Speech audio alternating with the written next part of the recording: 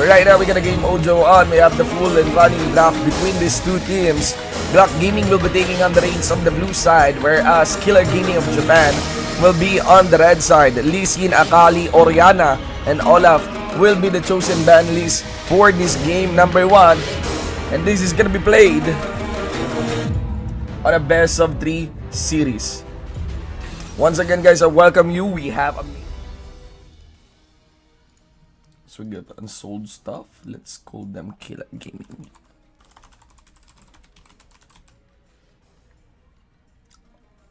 There we go. This is much better.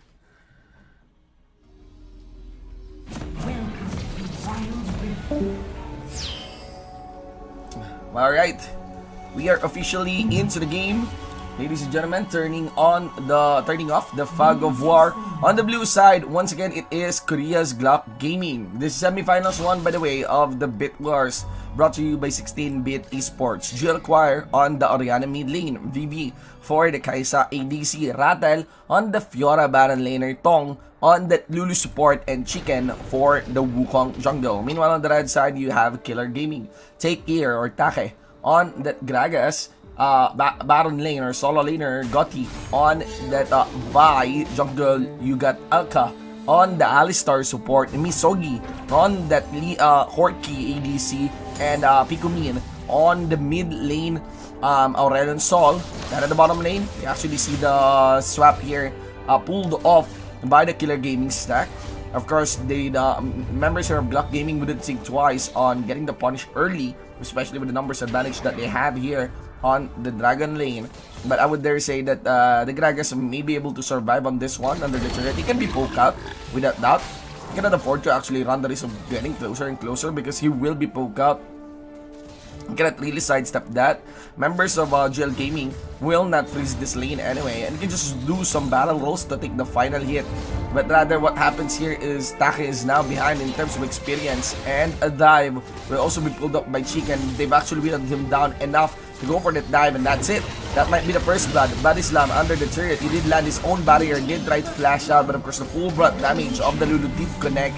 Not to mention also the strike here of the Wukong.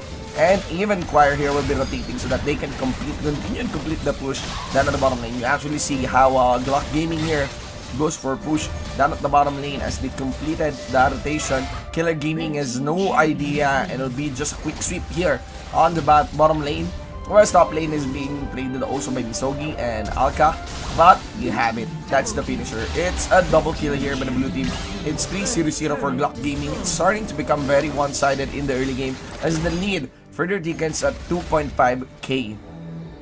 Forgot to start with this broadcast. We involve mainly international teams. If I'm not mistaken, we got 2 teams from Japan.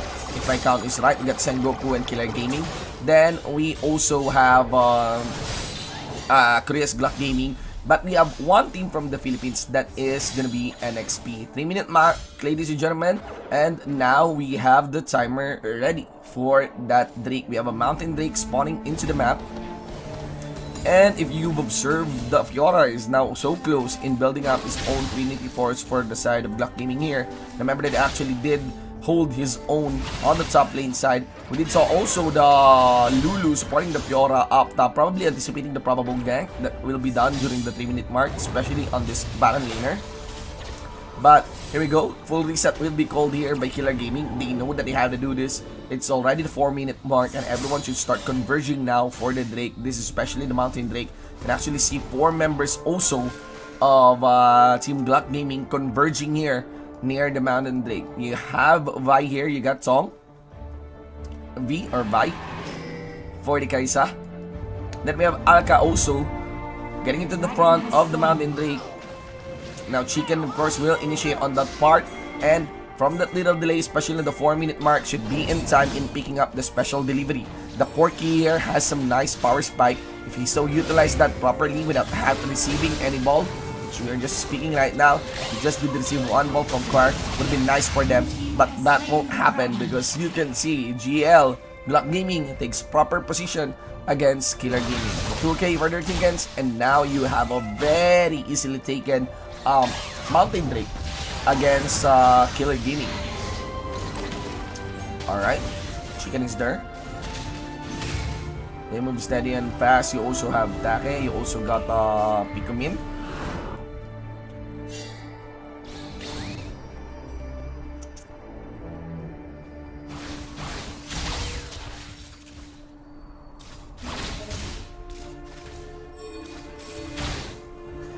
We have the Star Search arriving from Pikumin. This is starting to become a one-sided game. I was expecting if there's something more that can be brought here by Killer Gaming. But without that, you got GLuck Gaming. They have the better rotation. Or for the most part, it is can be Killer Gaming that cannot really keep up with the rotation delivered by GLuck. The GLuck was able to pull off the maneuver on sending 4 members down at the bottom lane. You just get the switch. You just get 2 against 1. Then everyone will converge here at the bottom lane with the jungler also diving, and yeah, they get a turret. They get an outer turret just by the 2-minute mark. They were in the position already because of that small. They were in the position already to even take this Mountain Drake earlier. Now that is an Ocean Drake, and see members here trying to recall under the ward. A little bit of a mistake there by GLuck Gaming. Even Tong has no idea that they spotted on that Tribe Rush at this point.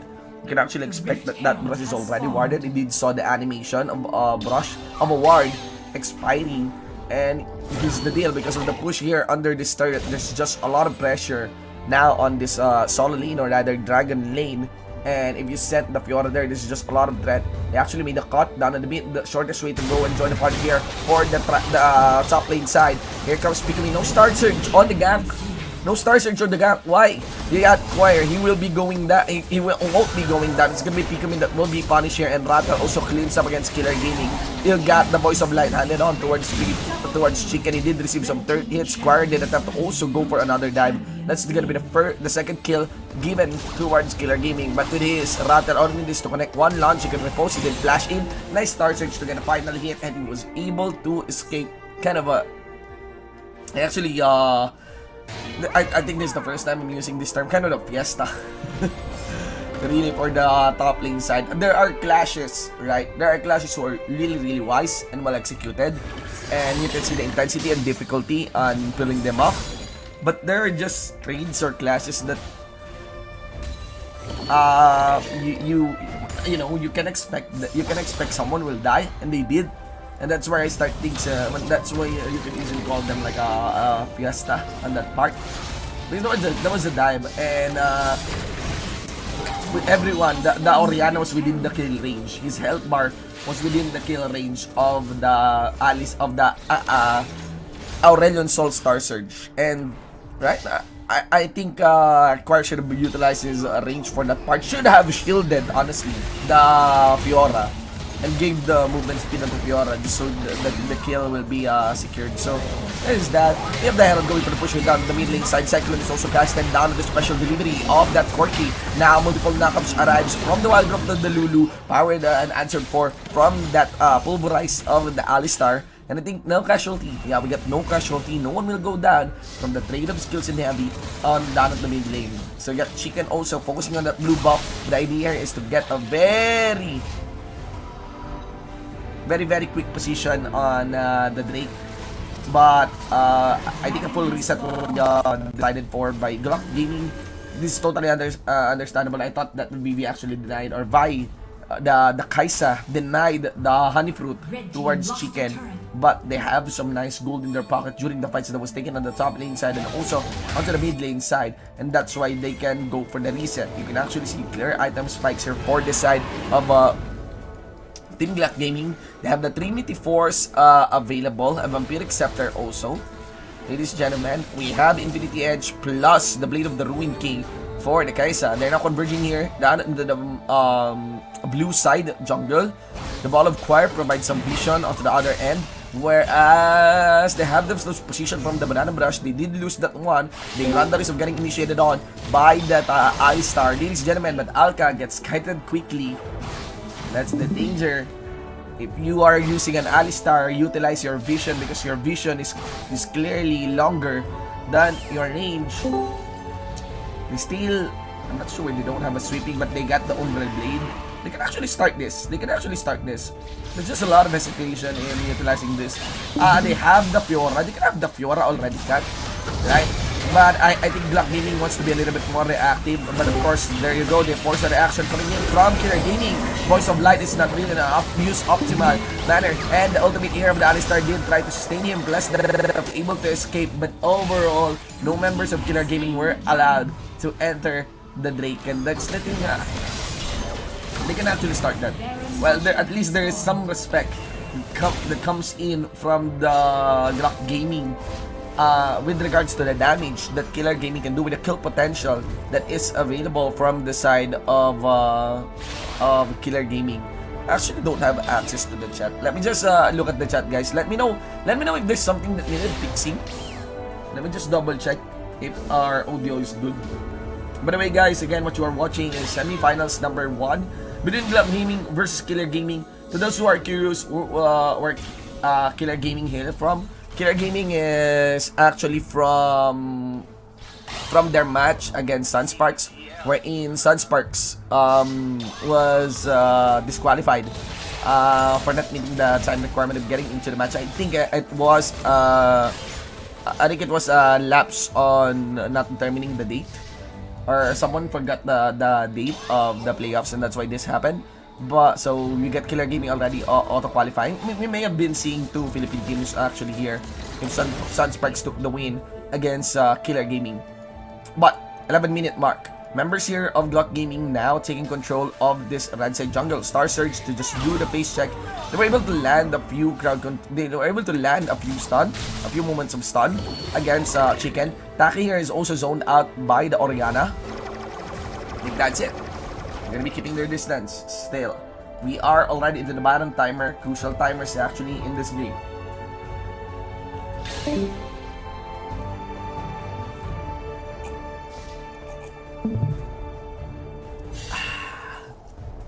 Love this coffee. Rattle goes in. Rattle is just maintaining the split push. Now at the bottom lane side. Let's clear under the items.